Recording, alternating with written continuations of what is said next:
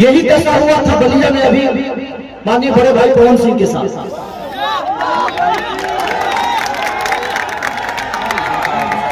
किसी भी चीज का एक हद होता है। वो आदमी अपना परिवार, अपना सब कुछ छोड़ के, अपना साम्राज्य छोड़ के सिर्फ आपका प्यार पाने के लिए कोई कलाकार आता है।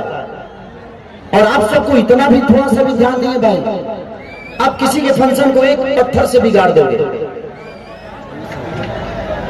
मनोरंजन अलग होती है। अगर आपको ज्यादा ही चर्बी है तो आप एक बार आओ, मेरे से लड़ लो, चाहे किसी से भी लड़ लो, इतने सारे बाउंसर है।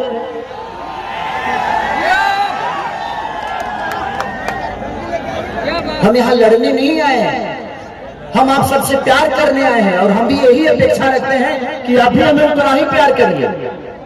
आपके प्यार से हम बड़ा हुए हैं, चाहे दुनिया का कोई भी कलाकार आपके प्यार से बड़ा होता है। और आप लोग बताइए, शांतिपूर्वक अगर बैठ कर देख लेंगे तो मैं भी 1-1.5 घंटे में निकल जाऊंगा। देखिए अगर ऐसे करेंगे तो 5 मिनट नहीं लगेगा मुझे निकलने में, मैं निकल जाऊंगा। और आपको क्या मिलेगा उससे कि खेसारी को देख लिए, लेकिन खेसारी का दिल सिर्फ आपको दिखाना नहीं। मैं आज चाहता हूं आप सबके बीच में आया हूं तो मैं कुछ करके जाऊं, कुछ गा के जाऊं, कुछ नाचूं, कुछ बोलूं, कुछ कहूं, आपका सुनूं।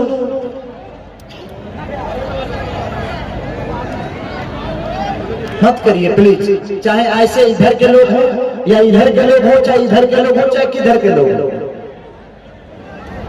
आपको अच्छा नहीं लग रहा है, आपको खेसारी पसंद नहीं है तो बुलाने गए थे तुमको, नहीं ना? अगर खेसारी पसंद नहीं है तो हम बुलाने नहीं गए थे आपको। एक मुखिया, एक आपके पंचायत का मुखिया आया, इतने व्यवस्था करने में कम से कम, और खेसारी को बुलाने में 50 लाख रुपए का खर्चा होगा। और तुम्हारी औकात 50 रुपए की नहीं होगी जो ढेला चलाया होगा।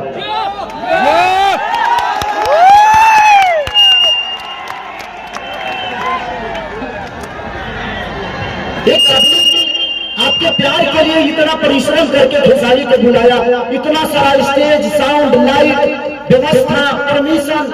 उस आदमी से पूछो उस आदमी की दशा क्या होगी जो आदमी खेसारी को बुलाने में 2 महीने से स्ट्रगल कर रहा है। और आपका छोटा सा ढेला ये 2 महीने के परिश्रम को बर्बाद करके चला जाएगा। इतना ज्ञान नहीं है, पढ़े लिखे हो ना?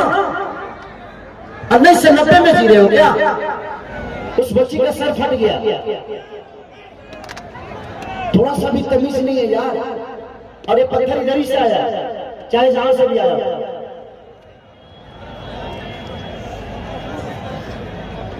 क्या कोई गाएगा?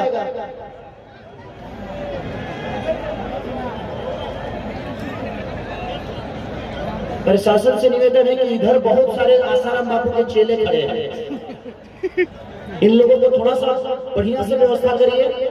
2-4 ही लोग हैं जिनको बहुत ज्यादा चर्बी है।